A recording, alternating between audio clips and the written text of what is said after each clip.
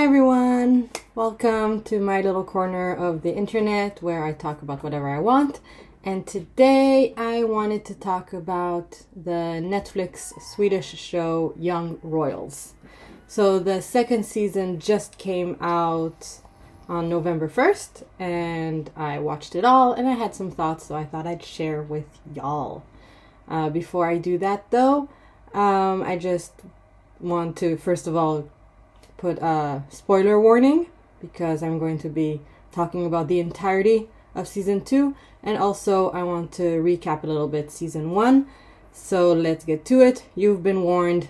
Let's go. So yes, season 1 thoughts. Okay, so first of all, I absolutely adored season 1. I mean it's a soap opera with Swedish teens and royalty, sure, but is it amazing? Hell yes. It was like so good. My favorite thing about this show was actually the acne, which I know sounds stupid, but I can't get over how amazing this is. Like, I love that the teens on this show get to look like teens even though they're the uber rich. Their makeup is bad, they all have terrible skin, bad hair, and it's just so fun to see flaws on these kids. And even though it's a Swedish show taking place, in Sweden, the cast is actually extremely varied in shapes, size, skin tones, neurodiversity. It's really refreshing. However, I do not think the show is perfect. There was one particular plot point that really bothered me in season 1 and I really didn't get, and that was Sarah's story.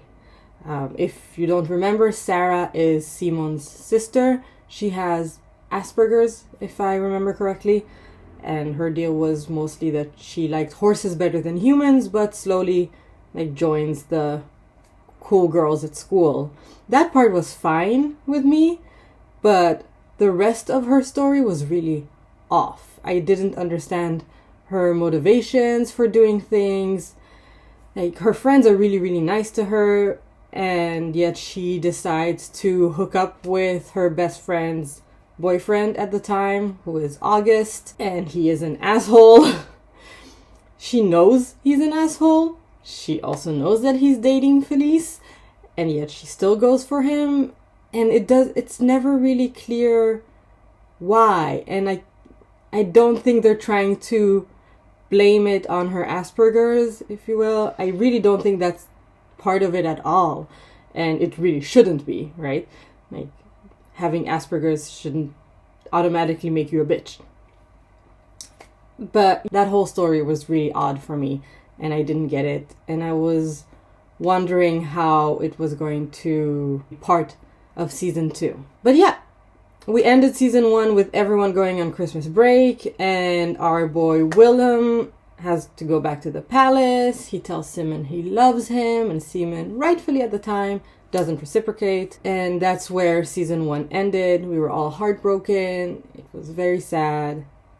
But now it's time for season 2. 2 years later. For us, not for the cast, right? Not for the story. So overall, I think I like the season less than season 1.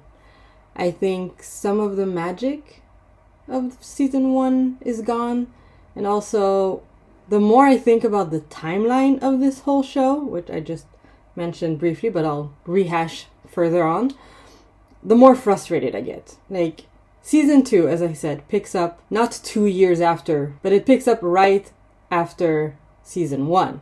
We're back from Christmas break and things are tense all around. Willem is mourning both the loss of his brother, the crown prince, and the loss of his first love, kinda. He doesn't speak to his mom, and he refuses to speak to August, and August on his end is begging for forgiveness. Simon on his side, he's busy writing emo poetry and moping around. So we get back to the school, and Sarah somehow was able to get into the dorms, so she moves in with Felice, who is thrilled. But here is where one of my issues with season 1 starts. That is random threads of plots that build up to nothing.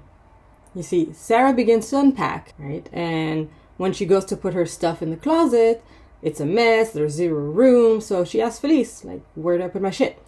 And Felice is like, you can just find, we'll put a shelf for you somewhere. And from this interaction, you see that, like, Felice is on her phone, she doesn't really care, and Sarah is kind of staring in confusion, and you feel like this is going to become part of an issue for them, like building tension. You don't care about me really, like this is all about you type thing. It never builds up to that. They build these little nuggets of rifts between the two, and it never builds up to the rift that actually happens. It's completely disconnected. The breakdown of their friendship is not because of roommate issues or class issues, right? It's way more convoluted than that. Actually, while I'm on the topic of Sarah, let's focus on her a bit. Since she was the weakest link for me in season 1, I was interested to see if they would be able to turn her around for me. And unfortunately, it just got worse. Early in the season, they seemed to emphasize the fact that she doesn't economically fit in with the kids in the dorms. Remember, like, the people that live in the dorms are the uber rich, and the people that live in the village are the poor people, right? So her being able to join the dorms doesn't automatically mean she can actually afford to be there in many ways, even though it seems that the dorm living itself is free. So, for example, right, we have the closet space issue. I think it was trying to indicate that, Felice has so many clothes. And then Sarah not being able to afford coffee at the school coffee shop for breakfast. And then she receives a birthday present where all of the friend group, they chip in 100, like each one chips in 100, I don't know, euros. Sweden doesn't use euros. 100 of their currency, and they buy her this really expensive pair of pants. Which, side note, who buys friends pants? Like, that is something you have to try on. Very weird choice, I have to say. Side note, but I would never buy friends pants. A bag, jewelry, maybe a dress? Probably not, though. Items of clothes, just give them a gift card. Whatever. Pants. But yeah, they're really expensive. She can't afford them. And so, they all chip in, and they make it clear that, yeah, they're expensive, but, since they're all chipping in, it's fine. And she'll basically be expected to chip in the future for any other girls' birthdays, right? Again, something that she definitely can't afford. This never really amounts to anything. Her story is such a tangled web of nothing. I don't know why she went after August to begin with. Then this season she pursues an actual relationship with him, fully knowing that he's the one that filmed and shared the video of her brother having sex. She then tells August when Simon finds out that August is the culprit, which gives August an opening and lets him turn things around and blackmail Simon again. And then she's surprised that no one would talk to her. Yes, Asperger's, you can't, no, it's not how this works, right? Like, every action she does has no real connection to the real world of her. It's so convoluted, it's so weird, I didn't like it. Moving on. So now let's focus on Simon and how he went from being a baby angel that did no wrong to being a toxic boy who deserves a slap. At the end of season 1, I felt for him. I really did. I thought, yeah, Simon, you're right. You deserve to be with someone who doesn't want to keep you a secret. And I still, theoretically, think that's right. Nobody should be anybody's secret. But that's where the timeline issue that I mentioned earlier, that's where it comes to play. Think about it for a moment. School year started in September. By Christmas break, Wilhelm has lost his brother, became crown prince, and realized he likes boys. Then someone, a family member, right, August, films him having sex with a guy, shares it with everyone, and he has to learn to pick up the pieces, right, the royal way. So yeah, he makes promises and then he breaks them because he hears Simon's side, and it's like, yeah, that makes sense. Obviously, I'm going to support you and do whatever you want. But then his mother's side, which is a completely political move, but also very rational, right? And he's in the middle and he doesn't know what to do. But Simon decides that that's not okay and unforgivable. When you think about it, right, they've been together for what, a month? This is like House of the Dragon, Kristen levels of bullshit. You want me to be your whore type of thing. Yeah, he's the crown prince. He has responsibilities, boy. He can't. And also, you are 16 years old.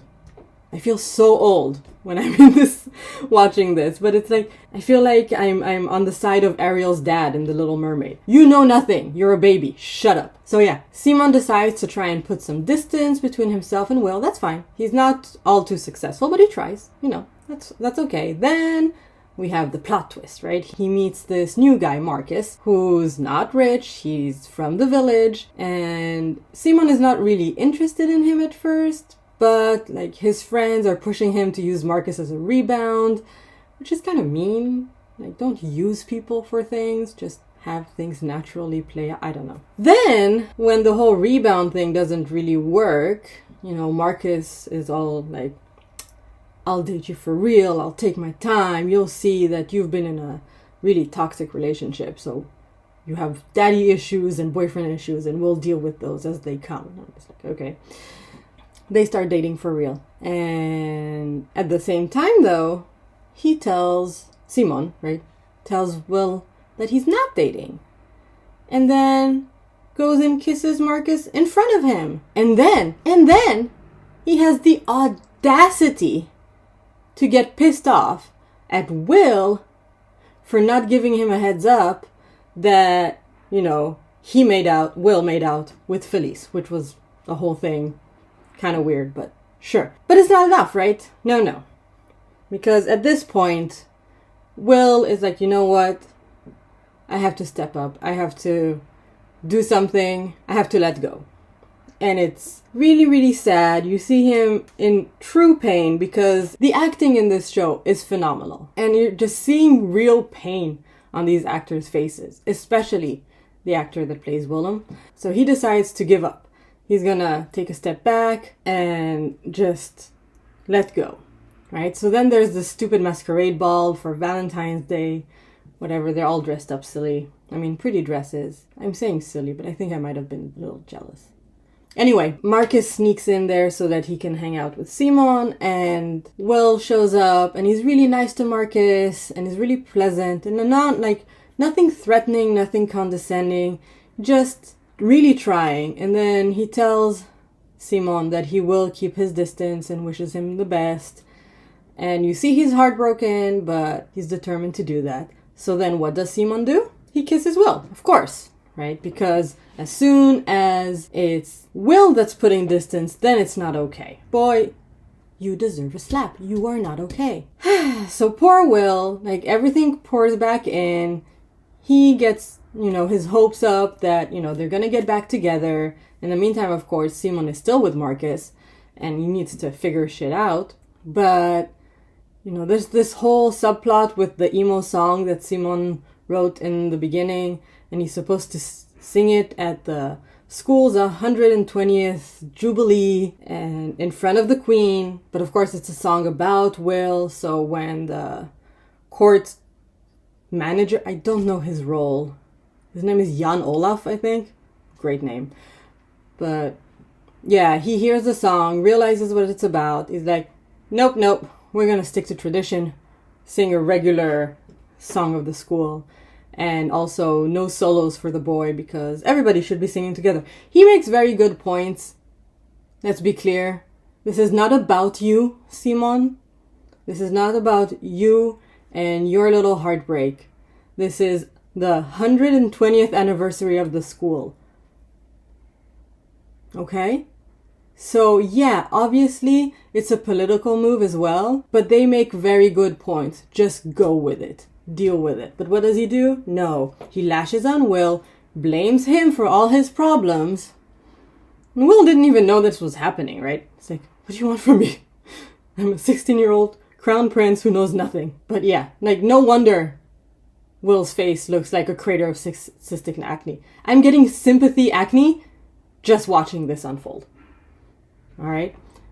But yeah, so let's talk about our main man, Wilhelm. In the beginning, we see him go to his brother's room, wear his uniform, and just like truly mourn. It's really heartbreaking. It reminds you that it's only been a short time since his brother died and they were close. So he goes into his room, he takes a couple of memorabilia and, really hopes he'll be able to patch things up with Simon and also get revenge on August. Another point I had issues with this season was the revenge plot. It was clunky and off. It made Will look really bad as well, which was upsetting because I like my boy. And thinking about it more, I think a lot of the plot issues could have been resolved if there were 10 episodes instead of 6 in each season.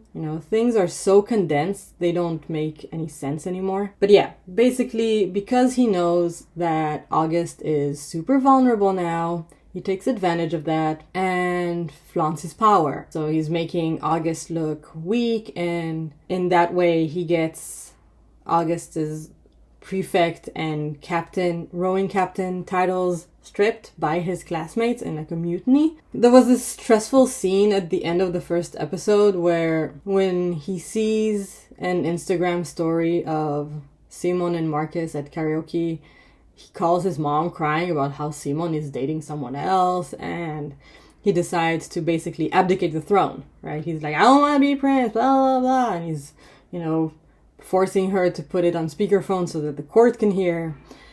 And so his mom's solution is to remove him from the school. She's like, enough of this. And when, he basically glues himself to a desk, they come to an agreement where he will go to therapy and make the speech at the Jubilee, and he can stay at school. And also his bodyguards will be like further away. Okay. I'm all for therapy. And I like that he went. He committed. And I kind of wish we saw more of that. We kind of just saw little tidbits. I kind of wish we saw more of the therapy sessions as well as another plot point, which was the group project. So now that Will is okay to stay at school, he has this group presentation about famous Swedish writers. Of course, he ends up in a group with Simon and Sarah and some other dude that no one cares about.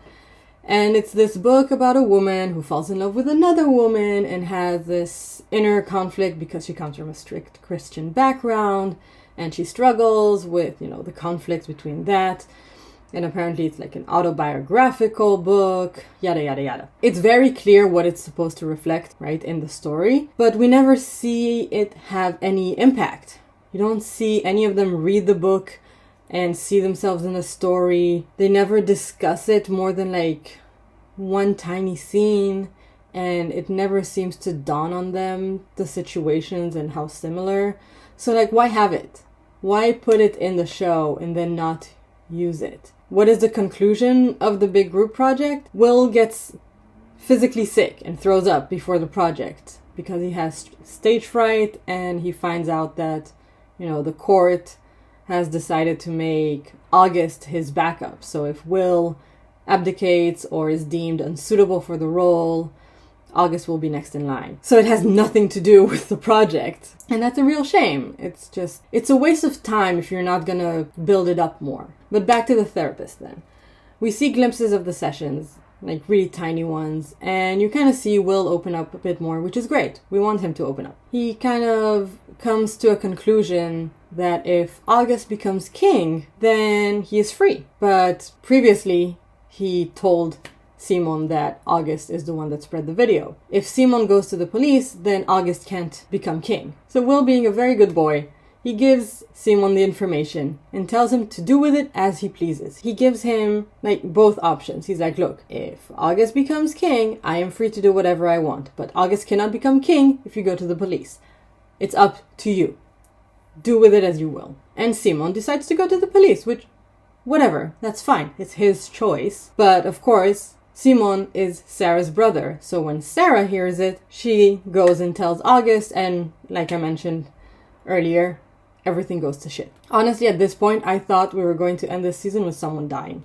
The build-up was so crazy, right? I thought either Simon, Sarah, or August would end up dead or like severely injured. They even went all the way to like the shooting range, and Will was actually pointing a gun at August. So I thought like there would be a struggle for the gun, it will go off, and somebody was going to get hurt. I was genuinely surprised when that didn't happen.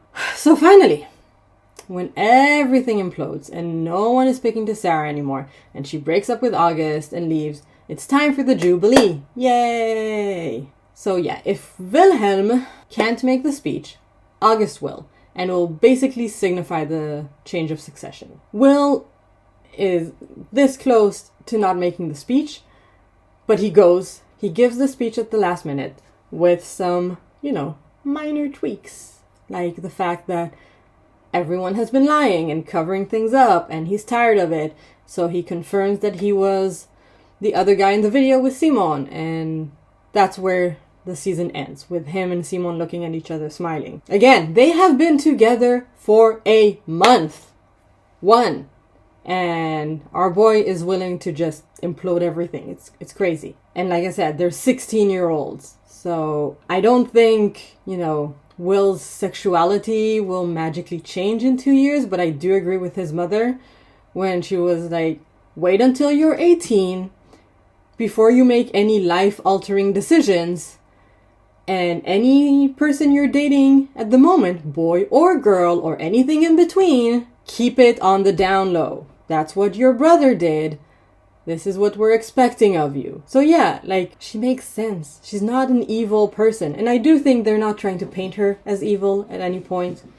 But, they're trying to show her very much as like old school, old world. It's very sad, but c'est la vie. So yeah, like I said, I think I like this season less. You can't really deny the chemistry between Simon and Will. It's palpable, it's magical. Every time they're on screen, you just go, kiss, The plot around them is a bit too soapy now. I need them to clear the water a little bit. So yeah, those are my thoughts. No, one more point. I did really appreciate the use of a song by the German singer Mowgli. I love her. Her new album is amazing. Check it out. Love that they used a song by her. But yes, what did you think about season 2 of Young Royals? What did you think about season 1? Who were you rooting for? Which characters got on your nerves? Which characters do you absolutely adore? Let me know in the comments below. And yeah, please don't forget to subscribe, like, share, do all the things, and I'll see you next time.